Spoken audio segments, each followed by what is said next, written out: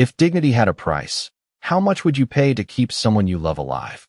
The question did not echo through the vast stone hall, yet it seemed to linger in the cold air as Elena Carter stood trembling beneath the towering ceilings of Ravensire Hall, her worn boots leaving faint traces of melted snow across polished marble that reflected the dim glow of flickering candles, each flame bending, as if even the fire feared the man who stood before her, Duke Sebastian Ravensire, whose presence alone carried a weight that pressed against her chest like an unseen hand, stealing her breath as effectively as the bitter winter storm she had just crossed for nearly 12 miles on foot, her thin cloak no match for the freezing wind that had clawed at her skin and whispered doubts into her mind with every step. Yet none of that compared to the silence that followed his gaze as it settled on her, slow and deliberate, as though he were measuring not her desperation but her worth, and Elena felt it then, that quiet, crushing realization that she was no longer a person in this room, but a decision waiting to be made, her fingers tightening around the crumpled letter in her hand, the final notice stamped in unforgiving ink that had sealed her fate days ago when creditors marked her family's name for ruin, leaving her with nothing but a single, impossible hope. And now that hope stood before her in the form of a man whose reputation alone had emptied rooms and silenced protests across counties, a man rumored to never give without taking something far greater in return, and still she had come, because somewhere miles away her younger sister lay pale and fragile beneath worn blankets, each passing hour stealing warmth from her body, each breath a reminder that time was not something Elena could afford to lose. And so she forced herself to lift her chin despite the tremor in her hands, despite the instinct screaming at her to flee, because survival did not allow pride, not tonight, not anymore. And when she finally spoke, her voice was softer than she intended, fragile but unbroken. "I've come to ask for your help, your grace." The words hanging between them like a fragile thread, one that could snap at any moment under the weight of his silence. And for a long second, one that stretched into something far longer, he did nothing, said nothing, only watched, his expression unreadable, carved from the same cold stone as the walls surrounding them, until at last he took a single step forward, measured, controlled, the sound of his boots echoing across the hall like a verdict being delivered. And though he had not yet spoken, Elena felt the shift, subtle but undeniable. As if the moment she crossed his threshold, the rules of her life had already begun to change, and she was no longer certain she would recognize who she would become when they did. Elena felt the silence stretch thin as glass, every second under his gaze sharpening the edge of her resolve until it almost broke. Yet she did not lower her eyes, not this time, not when everything that mattered depended on the next words spoken in this cold and echoing hall. And when the Duke finally moved again, it was not with impatience, but with a slow, deliberate grace that made her pulse stutter, as though he had already decided something long before she arrived and was merely allowing the moment to unfold at his pace. His voice, when it came, was low, even, carrying no trace of sympathy and yet impossible to ignore. "You have come a long way for something you cannot afford." And the truth of it landed harder than any accusation, because she knew it was not money he meant. It was everything else she had already begun to lose, her pride, her certainty, the fragile sense of control she once held over her own future. Elena tightened her grip on the letter until the paper bent beneath her fingers, forcing strength into her voice as she answered, "I am not asking for charity." A flicker passed through his expression, so brief it could have been imagined, but something in the air shifted, subtle as the movement of a candle flame before a draft, and he stepped closer again, closing the distance not with urgency, but with intent, until she could see the fine lines etched into his composed features, the quiet exhaustion behind eyes that had long since stopped expecting anything from the world, except obedience. "No," he said quietly. "You are not." His gaze dropped to the letter in her hand, then returned to her face with unsettling precision. "You are offering a transaction." The words settled between them like a contract already written, and Elena felt her breath catch, because he had seen through her without effort, stripped her purpose down to its simplest, most merciless truth. She swallowed, steadying herself as she nodded once. Yes, the single word costing more than she expected, but she did not look away. She could not afford to. Not now. not when turning back meant losing everything. The Duke regarded her for a moment longer, as though weighing not her words but the silence behind them, and then he turned, moving toward the fire that burned low against the far wall, its glow casting long shadows that stretched across the floor like unseen boundaries. "Do you know what happens to those who bargain from desperation?" he asked without looking at her, his tone unchanged yet carrying a quiet certainty that made her hesitate, just for a second, before answering. "They lose," he nodded slightly, as though she had confirmed something expected. Almost always. The fire cracked softly, the only sound in the vast room as he continued. "Because they believe survival is enough." He turned then, his eyes finding hers again, steady, unyielding, "and they forget the cost of it." Elena felt the weight of those words settle deep within her, but she did not retreat. Instead, she took a single step forward, her boots echoing faintly against the marble, a small defiance that seemed louder than it should have been. "Then tell me the cost," she said, her voice steadier now, stronger than before, because there was no longer space for doubt, only choice, and something in the Duke's expression shifted again, not softness, never that, but recognition, as though he had been waiting for this exact moment, this exact answer, and when he spoke again his voice carried a finality that left no room for misunderstanding. "1 month," he said, each word measured, precise. "You will remain here, under my terms, without question, without refusal." The firelight flickered across his face, revealing nothing of what lay beneath. "In return, your debt will be erased." The offer hung in the air, simple in its structure, devastating in its implication, and Elena felt the world narrow to that single moment, that single decision, knowing that whatever she chose next would not only decide her fate, but redefine it entirely. The words settled between them like a door closing, quiet yet absolute, and Elena felt the air leave her lungs as if the decision had already been made for her. 1 month, 30 days measured not in time, but in surrender, and for a fleeting second she imagined what those days would look like, waking beneath a roof that did not belong to her, moving through halls that echoed with rules she did not understand, answering to a man who had just rewritten the course of her life with a single sentence. Her fingers loosened slightly around the letter as doubt crept in, slow and insidious, because this was no longer about pride or fear. It was about what remained of herself when everything else was stripped away, and she wondered, not for the first time, whether survival always demanded such a cost. The silence stretched again, heavier now, waiting, pressing, until the Duke spoke once more, not to persuade but to conclude. "You may take a moment if you require it," his tone unchanged, offering no comfort, yet allowing space, as if he understood that this was the point where most people faltered, and perhaps he expected her to do the same, to turn, to leave, to preserve what little dignity she had left. And for a heartbeat, she almost did, her gaze shifting toward the towering doors behind her. The same doors she had crossed with determination now appearing like an escape she could still claim. Her sister's face rose in her mind then, pale beneath thin blankets, breath shallow, fragile as the fading warmth of a dying fire. And the memory struck deeper than any fear, sharper than any warning, because it reminded her that this was never truly a choice. It was a necessity disguised as one. Elena inhaled slowly, steadying the tremor in her chest before lifting her chin once more. But something had changed, subtle yet undeniable. She did not step back. She did not lower her gaze. Instead, she met his eyes fully, the uncertainty that had clouded her expression moments before replaced by something quieter, stronger, a resolve born not from confidence but from acceptance. "I will stay," she said, the words leaving her lips without hesitation now, and though they were soft, they carried a finality that echoed against the stone walls.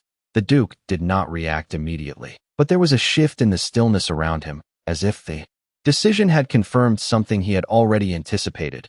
He studied her for a moment longer, his gaze searching, measuring, not her obedience but her intent, and then, without another word, he turned slightly toward the shadows beyond the hall.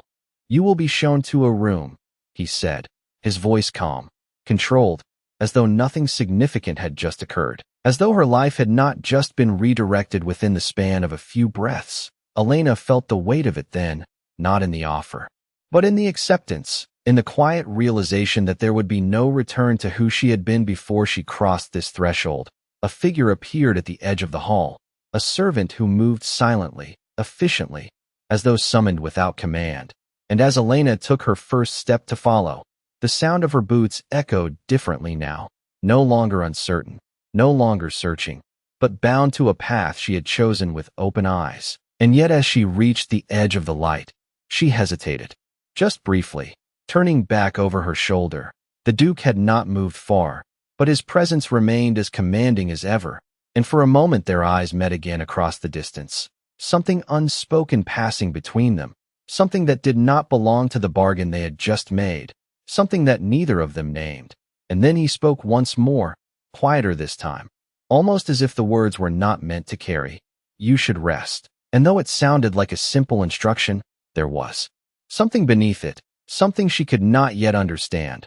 Elena said nothing, only inclined her head slightly before turning away, following the servant into the dim corridor, unaware that behind her, the Duke remained where he stood, watching the space she had just vacated with an expression that had begun, for the first time in years, to change. The corridor swallowed Elena in silence, its long stretch of shadow broken only by narrow windows where frost traced delicate patterns against the glass. And though the storm outside had begun to quiet, its presence still lingered in the cold air that seemed to breathe through the stone itself. The servant walking ahead of her without a word, footsteps measured, as if every movement within these walls followed an unspoken rule she had yet to learn. And Elena found herself matching that rhythm. Instinctively, her own steps softer now, cautious, as though she were afraid to disturb something unseen, something watching. The deeper they moved into the east wing, the more the grandeur of the hall faded into something quieter, more intimate, yet no less imposing. Portraits lined the walls, their painted eyes distant and unreadable, figures from another time who seemed to observe her passage with quiet judgment, reminding her with every glance that she did not belong here, not truly, and yet she had chosen this. She had stepped willingly into a place that was never meant for someone like her.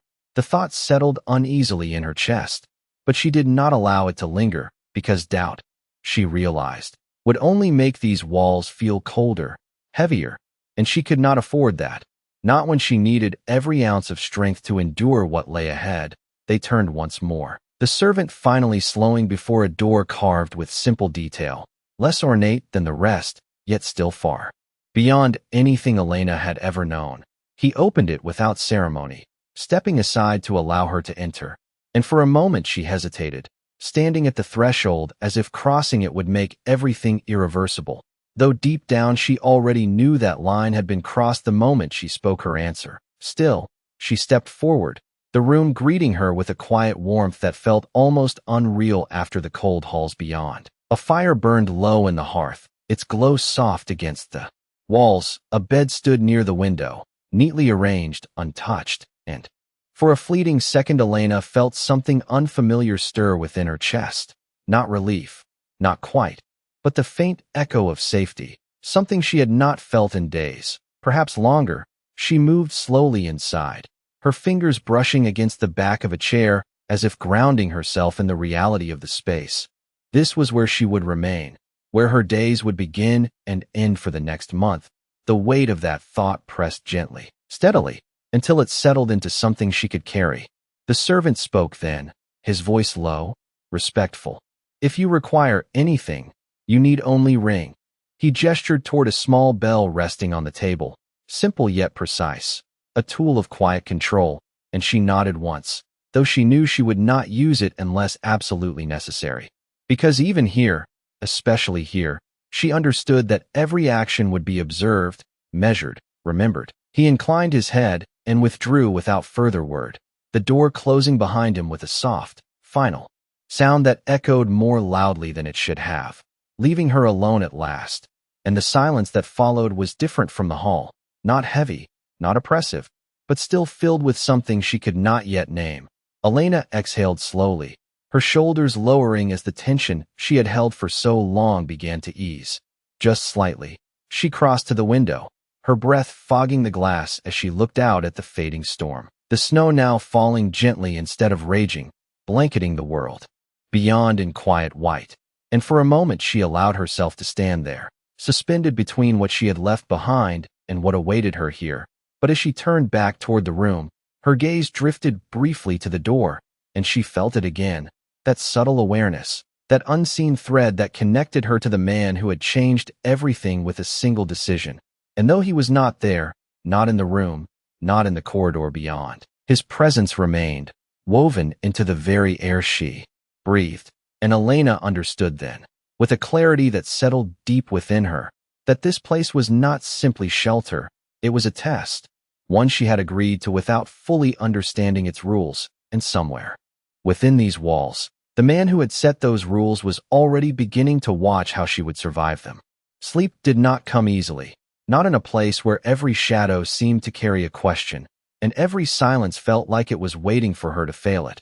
Elena lay awake for what felt like hours, the fire in the hearth slowly dimming to glowing embers while the storm outside softened into a distant whisper against the glass. Her body was exhausted, every muscle still remembering the long 12-mile walk through freezing wind. Yet her mind refused to rest, circling the same thoughts again and again. 1 month, 30 days. An agreement spoken in calm voices that somehow carried more weight than any shouted command.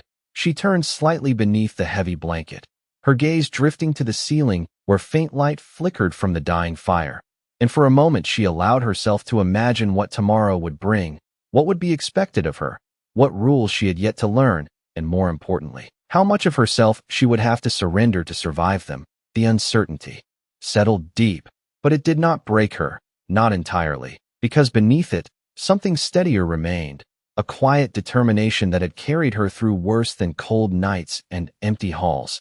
And just as her thoughts began to blur at the edges, exhaustion finally pulling her towards sleep, a soft knock broke through the silence, not loud, not urgent, but enough to pull her back to awareness. Her eyes opened instantly. Alert despite the heaviness in her limbs, she sat up slowly, the room dim, now except for the faint glow of embers. The knock came again, measured, patient, and for a brief second she hesitated, because she knew, without being told, that nothing in this place happened without purpose, and whatever waited beyond that door was part of it, part of the test she had unknowingly stepped into.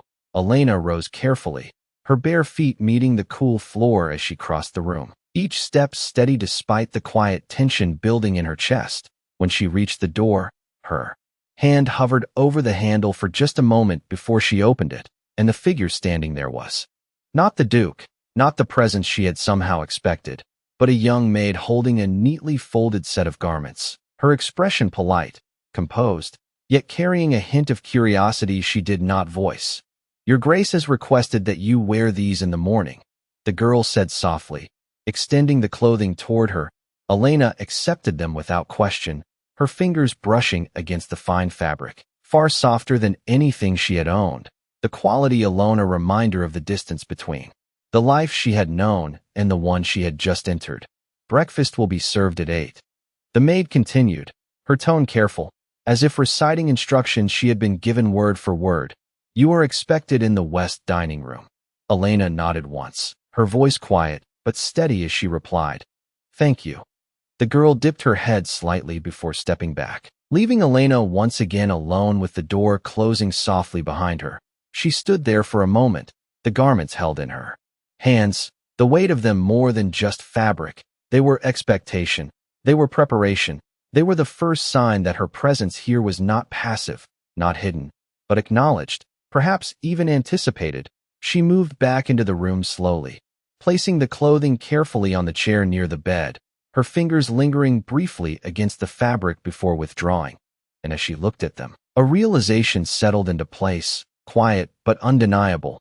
Tomorrow would not be a continuation of what had come before. It would be something new, something structured, something controlled, and somewhere within that structure, the Duke would be watching, not openly, not obviously, but enough to see how she carried herself, how she spoke, how she endured.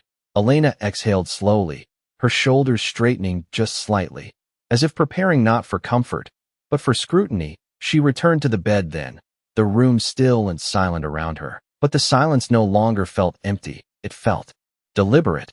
like a pause before something began, and as she finally lay back down, closing her eyes once more, the last thought that crossed her mind was not fear, but a quiet question she could not yet answer. Not about what he would ask of her, but about why, because beneath the control, beneath the cold precision of his words, there had been something else, something she had felt but not understood, and she knew, with a certainty that settled deep within her, that whatever this agreement truly was, it had not yet revealed its full cost. Morning arrived not with warmth but with a quiet, deliberate stillness that settled over the estate like a held breath, and when Elena opened her eyes, the first thing she noticed was the light, pale and diffused through frost-laced glass, casting soft patterns across the room that felt almost too gentle for a place like this. She remained still for a moment, listening, expecting the distant echoes of servants or the movement of life beyond her door, but Ravensshire Hall did not wake like the world she knew. It unfolded slowly, controlled, as though even time itself obeyed a different set of rules here. She sat up, drawing the blanket aside, her body still carrying the weight of the previous day, yet steadier now, more aware, and as her gaze fell upon the garments laid neatly across the chair, she felt that same quiet shift again, the understanding that today would not allow hesitation. She rose and dressed carefully, her fingers moving with precision despite the unfamiliar fabric. The gown fitting as though it had been chosen with intention rather than convenience. Its soft gray tone understated yet refined, neither extravagant nor plain, something in between, something that did not erase who she was but gently reshaped how she would be seen. She paused before the mirror, studying her reflection, and for a brief second she did not fully recognize the woman looking back, not because she had changed, but because something in her expression had. The uncertainty had not vanished, but it no longer defined her. It had settled into something quieter, more contained, and with a slow breath, she turned away, stepping toward the door with a calm she had not possessed the night before. The corridor beyond was brighter now, though no less silent, and as she made her way through the halls, guided only by memory and instinct, she became aware of it. Again, that subtle sense of being observed, not openly, not in a way that demanded attention, but present all the same, as though the walls themselves held awareness, and somewhere within them, someone was measuring each step she took, each choice she made. She reached the west wing without interruption, the doors to the dining room already open, as if her arrival had been anticipated down to the exact moment, and when she entered, the space greeted her with quiet grandeur, sunlight filtering through tall windows, catching against polished surfaces and casting long reflections across the floor. The table was set with precision, a single place prepared, untouched, waiting, and for a moment she hesitated, not from fear, but from the awareness that this, too, was part of it, another boundary, another expectation. She stepped forward nonetheless, her movements steady, composed, taking her seat without invitation, because she understood now that waiting for permission would not serve her.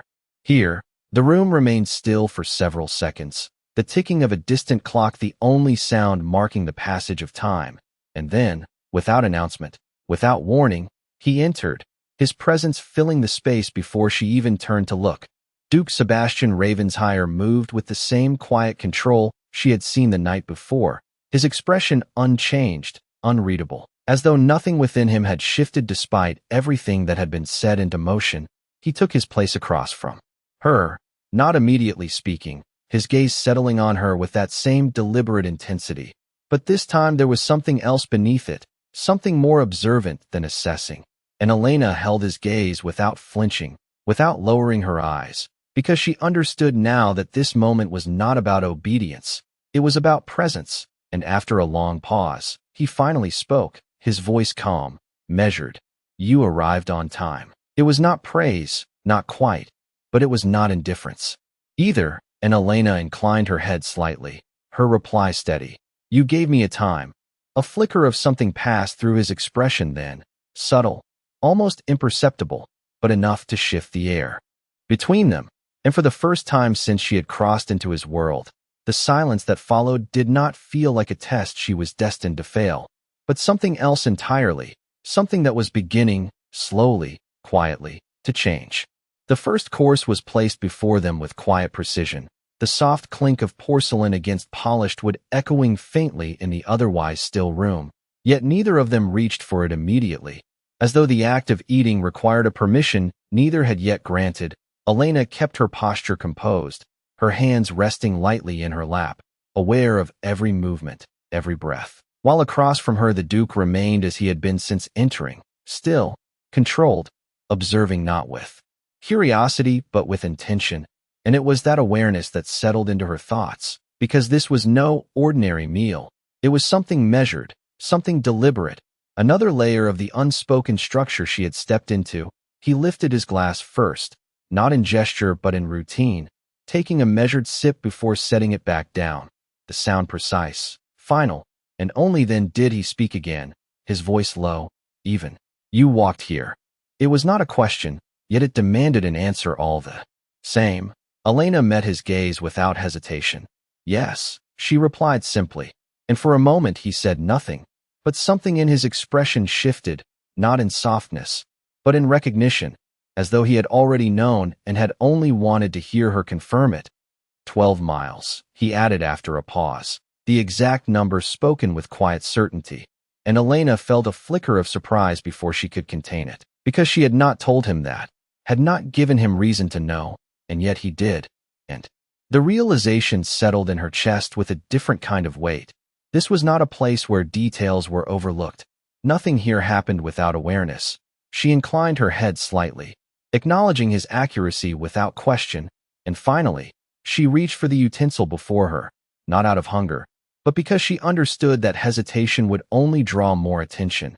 The first bite was small, measured, her movements careful, mirroring the restraint of the room itself. The Duke watched for a moment longer before doing the same, his actions precise, controlled, yet there was something quieter beneath it now, something less rigid than before.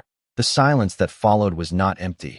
It carried something unspoken, a tension that was not hostile, but not comfortable either.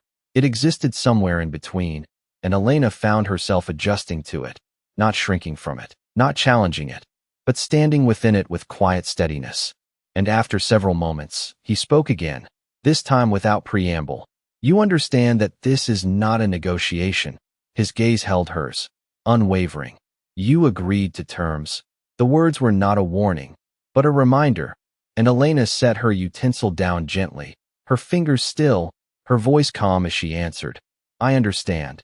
And she did, more than he might expect, because she knew what it meant to accept something without the illusion of control, what it meant to move forward without certainty. And yet she had chosen it anyway.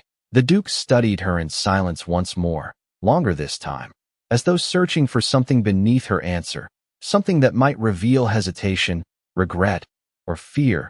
But if he found it, he did not acknowledge it. Instead, he leaned back slightly, the movement subtle, but enough to shift the balance of the moment. "Good," he said quietly, and though the word was simple, it carried something else with it, something that did not quite align with the cold structure he had established. Elena felt it, faint but present, and for reasons she could not yet explain. It unsettled her more than his earlier indifference had, because control was expected, but change, however small, was not. And as the meal continued, the rhythm of the room remained steady, controlled, yet beneath it, something had begun to shift, something neither of them spoke of, but both had already begun to recognize. When the meal ended, it did not conclude with words but with silence, the final placement of utensils marking a boundary as clear as any spoken command, and Elena sensed it immediately, the shift from observation to expectation, from stillness to movement. The Duke rose. First, his chair sliding back with quiet precision, and though the action was simple, it carried the same controlled authority that defined everything within these walls. She followed a second later, not out of obedience, but because she understood that hesitation here would be noted, measured, remembered, and as she stood, he was already watching her, not openly scrutinizing, but present, aware, as though this moment held more weight than it appeared. "You will walk with me," he said, his tone even, not a request, not an order spoken with force, but something in between, something that allowed no refusal without ever demanding compliance. Elena inclined her head once, her response quiet. Of course. And yet beneath the calm of her voice, something shifted, because this was new, not part of the clear structure she had expected, not confined to a room or a table, but something that extended beyond, into the unseen parts of his world. He turned without waiting, his steps steady as he moved toward the doors, and she followed, her pace measured, matching his without effort. The corridor beyond felt different now in daylight, less shadowed yet no less imposing. The high windows allowing pale light to spill across the stone floors, illuminating details she had not noticed before, intricate carvings along the walls, the subtle variations in the aged stone, the quiet signs of a place that had existed long before either of them, and would remain long after. They walked in silence. For several moments, their footsteps the only sound, and Elena became aware of the rhythm between them, not synchronized, but not opposing either, something balanced, something deliberate. And when they reached the end of the corridor, he turned without pause, leading her through a set of tall doors that opened into a space she had not yet seen, the library, vast and quiet, its shelves rising high with rows of books that carried the weight of time and knowledge, the air warmer here, touched by the faint scent of aged paper and polished wood. It was not the cold grandeur of the hall, nor the structured formality of the dining room. It was something else entirely, something more private, more contained, and Elena felt it immediately, the subtle difference in atmosphere, the way the silence here did not press, but observed. He stopped near one of the tall windows, the light falling across him in a way that softened nothing, revealing nothing more than what he allowed. And for a moment he said nothing, his gaze directed outward, as though considering something beyond the glass. Before he finally spoke, his voice quieter now, though no less controlled. You were given a choice. The words came without warning, without context, yet they carried a weight that settled instantly. Elena remained still, her attention fixed on him, because she understood that this was not a statement of fact, but the beginning of something else. And you made it without hesitation, he continued, turning slightly, his eyes finding hers again. That is uncommon. There was no praise in the words, but there was something else, something closer to recognition, and Elena held his gaze steadily, her reply measured. There was no hesitation, she said, her voice calm. Only time I could not waste. The answer lingered between them, quiet yet unyielding, and for a moment, something shifted in his expression, not visible enough to define, but present enough to alter the space between them. He regarded her in silence, longer than before, as though reassessing not her choice, but the reason behind it, and then, unexpectedly, he stepped aside, his movement subtle yet deliberate, creating space where before there had been none. You will not be confined here, he said, the words calm, almost casual, yet carrying an implication that struck deeper than any command. Elena felt it immediately, the shift in expectation, the quiet fracture in the structure he had established, and though her expression remained composed, something within her stilled, because this, more than anything else, was not what she had prepared for, not what she had agreed to, and yet it was being given, not as kindness, not as concession, but as something else entirely, something she could not yet understand.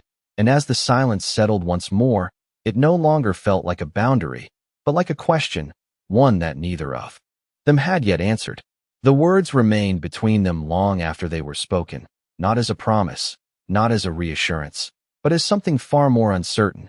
And Elena felt the shift settle into her awareness with a quiet weight she could not ignore, because freedom, even in its smallest form, had not been part of the agreement she had accepted, and yet now it stood before her, undefined, unstructured, and perhaps more dangerous than any rule he could have imposed.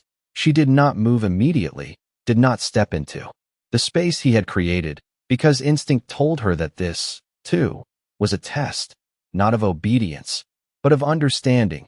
And for a moment she studied him, not openly, not with defiance, but with a quiet attention that mirrored his own, trying to read what lay beneath the calm precision of his expression, trying to understand why a man who had built his world on control would offer something that could disrupt it. You are changing the terms, she said finally, her voice steady, not accusing, not questioning, but acknowledging what neither of them had spoken directly. The Duke did not respond at once, his gaze holding hers as though measuring the weight of her observation. And then, slowly, he shook his head, a subtle movement that carried more meaning than the words that followed. "No," he said, his tone unchanged. "I am clarifying them." The distinction lingered, deliberate, and Elena felt it settle into place. Because clarification suggested intention, not impulse, and that realization shifted something within her, something that sharpened her awareness rather than easing it. She took a small step forward then, not into the space he had offered, but into the understanding that came with it.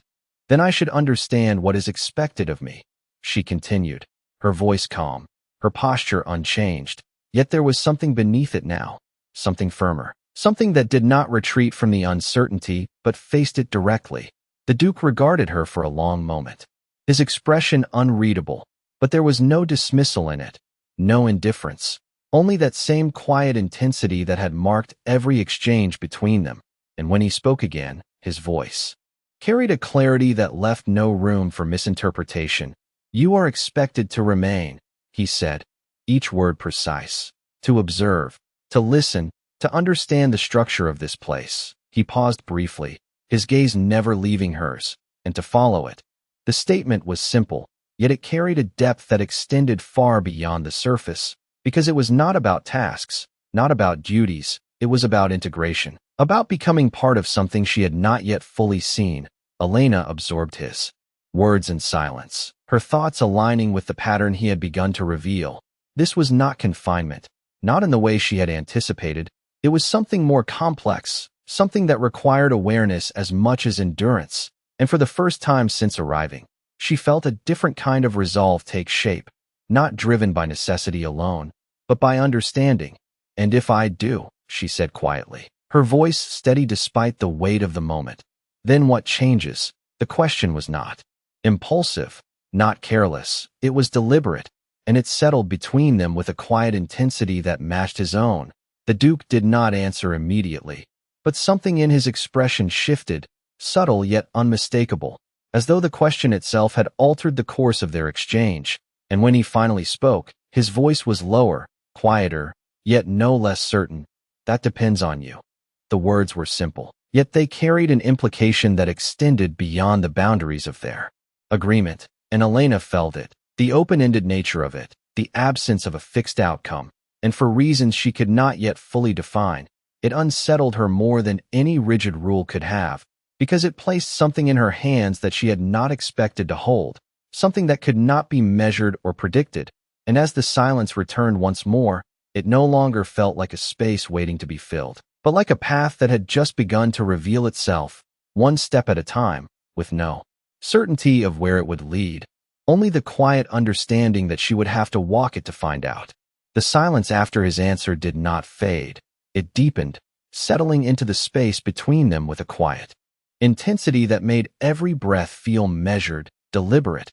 And Elena understood then that nothing more would be given freely, not explanations, not reassurances, only fragments that she would have to assemble herself.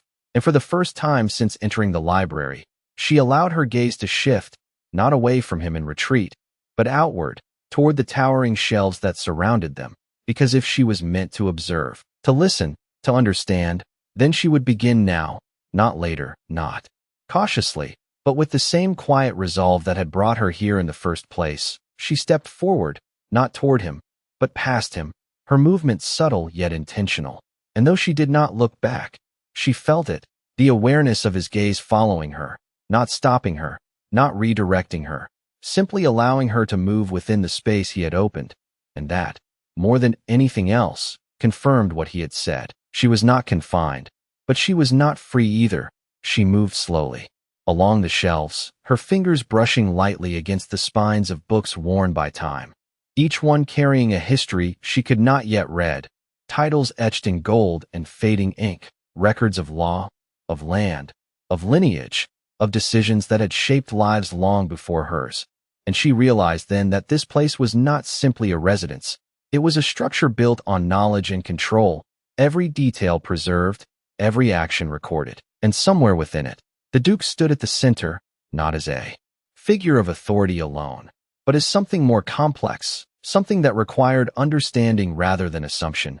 She paused near a window, the light falling softly across the pages of an open book left upon a table, as if someone had been there before her and had simply stepped away, and for a brief moment, she wondered if that had been him, if this quiet space was not just a retreat, but a reflection of something he did not show elsewhere.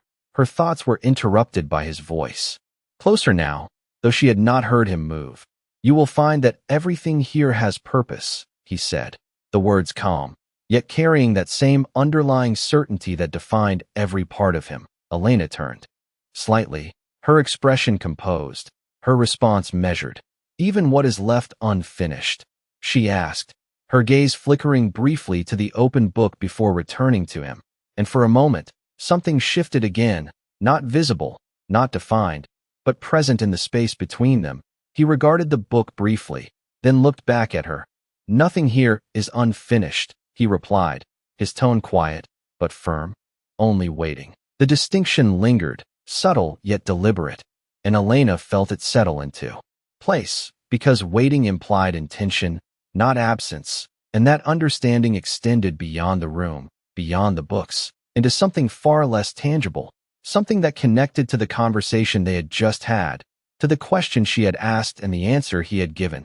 And as the silence returned once more, she realized that this was not about learning the rules of a place, it was about learning the rhythm of a mind, one that did not reveal itself fully, but left traces, patterns, fragments that could only be understood through attention and time.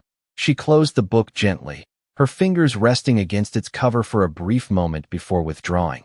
And when she looked back at him, there was no hesitation in her gaze, no uncertainty left unspoken, only a quiet recognition of the path she had stepped onto, and the understanding that whatever change he had hinted at, whatever possibility he had placed in her hands, would not come from waiting for it, but from meeting it, step by step, within the structure he had created. And as the light shifted slightly through the window, casting new shadows across the room, the space between them no longer felt like a distance to be crossed, but a line that had already begun to blur, not through force, not through demand, but through something far more subtle, something that neither of them had yet named, but both had already begun to feel. The quiet in the library did not break, but it shifted, settling into something more deliberate, more aware, as though the space itself had begun to listen to them. And Elena remained where she stood, her hand no longer resting on the book, but her presence still anchored in the moment that had just passed, because what he had said, what he had not said, lingered in a way that could not be dismissed, and she understood now that every word he chose carried intention, even the silences between them, especially those. She moved again, slowly, not with uncertainty, but with purpose, her steps measured as she crossed the room toward another section of shelves, not seeking escape from his gaze, but continuing the path he had allowed her to take. Because if this was to be her place, even temporarily, then she would not stand still within it. She would learn it, piece by piece. And behind her, she felt it again, the subtle presence of his attention, not intrusive, not restraining, but constant, like a shadow that did not move unless she did. And for a moment, she wondered if this was how he observed everything, not with force, but with quiet certainty, allowing others to reveal themselves while he remained unreadable. She paused near a narrow table where a series of documents lay arranged with careful precision, not hidden, not displayed, simply placed as though they belonged exactly where they were. Her eyes moved over them briefly, not reading, not intruding, but acknowledging their existence. And it was then that his voice came again, closer than before, yet still controlled. "Curiosity can be useful," he said, and Elena turned slightly, her expression composed, though her thoughts sharpened instantly, because there was meaning in the statement beyond its surface. "Or dangerous," she replied, her tone even, not challenging, but not yielding either. And for the briefest moment, something in his gaze shifted, not in disagreement, but in recognition, as though he had expected that answer, perhaps even wanted it. "That depends on how it is used," he said, his voice quieter now, carrying less distance than before, and Elena held his gaze, steady, unflinching, because she understood now that this was not a warning, It was a measure, another unseen line she had stepped toward without realizing it. "Then I will use it carefully," she answered, and the words, though simple, carried the weight of her intention, not to defy, not to submit blindly, but to navigate what lay before her with awareness. And for a long moment, neither of them moved, the space between them holding something that had not been there before, not tension, not distance, but a quiet alignment, fragile, unspoken, and perhaps unintended. And then, without announcement, he moved past her, not brushing against her, not close enough to break the careful distance, but near enough that she felt the shift in the air as he passed. His presence no longer a fixed point behind her, but something that moved within the same space she occupied. "You will find," he said as he reached the far side of the room, his voice steady, though it carried a depth she had not heard before, "that most people mistake silence for absence." He paused briefly, his hand resting lightly against the back of a chair, his gaze no longer on her, but not fully turned away either. "It is not." The statement settled into the room with a quiet finality, and Elena felt it resonate, not as a lesson about the library, not as a comment on the space, but as something far more personal, something that reached beyond the structure of the estate and into the man who stood within it. And she realized then, with a clarity that came slowly but firmly, that he was not only observing her, he was allowing her to observe him, in fragments, in pieces, in moments that could easily be missed if she were not paying attention. And as the silence returned once more, it no longer felt like something to endure, but something to understand, something that carried meaning in ways words could not. And for the first time since she had arrived, Elena did not feel like a visitor within these walls, but like someone who had begun, however subtly, to belong within the rhythm of them. The stillness lingered long after his words settled, not as an ending, but as something that waited, something that expected a response not spoken but understood. And Elena remained where she stood, her gaze not fixed on him now, but slightly lowered, not in submission, but in thought, because what he had given her was not instruction, it was space, and space, she realized, could be more difficult to navigate than any command. She moved again, slowly, her steps carrying her toward the center of the room, no longer tracing the edges, no longer observing from a distance, but stepping into the quiet structure that surrounded them both. And as she did, she felt it more clearly than before, that subtle shift that had begun to take shape between them, not something defined, not something acknowledged, but present in the way the air no longer felt entirely divided, in the way his silence no longer stood apart from hers, but existed alongside it. And when she finally spoke, her voice was softer than before, yet no less steady. "You said nothing here is unfinished," she began, her words measured, thoughtful. "Only waiting." She paused briefly, her gaze lifting to meet his once more. "What is this waiting for?" The question did not challenge, it did not demand, but it reached into the space he had opened and asked something of it, something that could not be dismissed without meaning. And for a moment, he did not respond, his expression unchanged, yet something within it shifted, subtle, almost imperceptible, as though the question itself had altered the balance of the room. He turned slightly, his attention moving toward the window, the light catching along the edge of his profile, outlining the stillness he carried with him. And when he spoke, his voice was quieter than before, not weaker, but less distant. "Understanding," he said, the words simple, yet carrying a depth that extended far beyond its sound. Elena absorbed it in silence, because it was not an answer that resolved anything. It was one that expanded the question itself, and she felt it settle within her, not as confusion, but as something that required time, something that could not be rushed or forced. And for the first time since entering the library, she allowed herself to take another step forward, not toward him directly, but into the space that lay between them, narrowing the distance not by intention, but by presence. And he did not move away, did not step back or re-establish the distance that had defined their earlier exchanges. He remained where he was, his gaze returning to hers, steady, unwavering, yet no longer entirely guarded. And in that moment, something shifted in a way that could not be undone, not through words, not through control, but through the quiet recognition of something shared, not equal, not balanced, but connected. And Elena felt it, faint but undeniable, like the first hint of warmth in a place that had long been cold. She did not speak again, because she understood that this was not a moment to fill, it was one to hold, to allow to exist without interruption.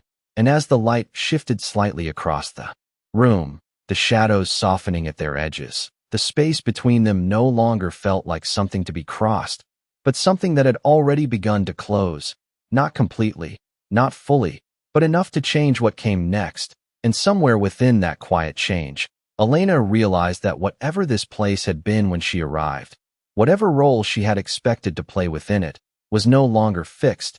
It was becoming something else, something shaped not only by his rules, but by her presence within them. And that realization, more than anything else, marked the beginning of something neither of them had planned, but neither of them had stopped. The moment did not break, but it began to settle into something quieter, something that no longer demanded attention yet refused to be ignored. And Elena felt it as she stood there, the distance between them no longer defined by space alone, but by something far more delicate, something that had formed without permission and could not be undone with a single word. She drew a slow breath, not to steady herself, but to acknowledge what had changed, because it had, undeniably, even if neither of them chose to name it. And for the first time since entering this place, she did not feel like she was standing within his world alone, but within something they were both shaping, moment by moment, choice by choice. And that realization did not bring comfort. It brought clarity, the kind that sharpened rather than softened, because it meant that every step forward would matter in ways she could not yet predict. She lowered her gaze briefly, not in retreat, but in thought, before lifting it again, her voice quiet but certain as she spoke. Then I will not waste it. The words were simple, but they carried the weight of everything she had come here for, everything she had agreed to, and everything she had yet to understand. The Duke regarded her in silence, his expression unchanged to anyone who did not look closely. But Elena saw it now, the subtle shift, the way his stillness no longer felt like distance, but like restraint, as though something within him had moved and he had chosen not to reveal it. And when he finally spoke, his voice was lower than before, controlled, yet carrying something that had not been there when she first stood before him. "See that you do not," he said, and though the words could have been a warning, they did not land as one. They settled instead as something closer to expectation, something that acknowledged her choice rather than limiting it. And for a moment longer, neither of them moved, the silence between them no longer heavy, no longer uncertain, but filled with something quieter, something that did not need to be spoken to exist. And then, without announcement, he turned away, his steps measured as he moved toward the far end of the room, not dismissing her, not concluding the moment, but allowing it to end without forcing it. And Elena watched him go, not with hesitation, not with doubt, but with a quiet awareness that whatever this was, whatever had begun within these walls, it was not something that would unfold quickly or easily. It would take time, understanding, and perhaps more than she had expected to give. She remained where she was for a moment longer, the light shifting softly through the tall windows, the room unchanged and yet entirely different from when she had first entered it. And as she finally turned, her steps carrying her toward the door, she realized that she was no longer walking through a place that felt foreign, but through one that had begun, in subtle and unexpected ways, to recognize her presence. And somewhere behind her, unseen, but not unfelt, the Duke remained within that same space, no longer distant, no longer entirely separate, but connected to the path she had chosen to walk. And as the door closed quietly behind her, the silence that followed did not mark an ending, but the beginning of something neither of them had planned, yet neither of them had turned away from, because some choices, once made, do not simply change the course of a life, they reveal it. And some hearts only begin to understand their own rhythm when they are no longer beating alone.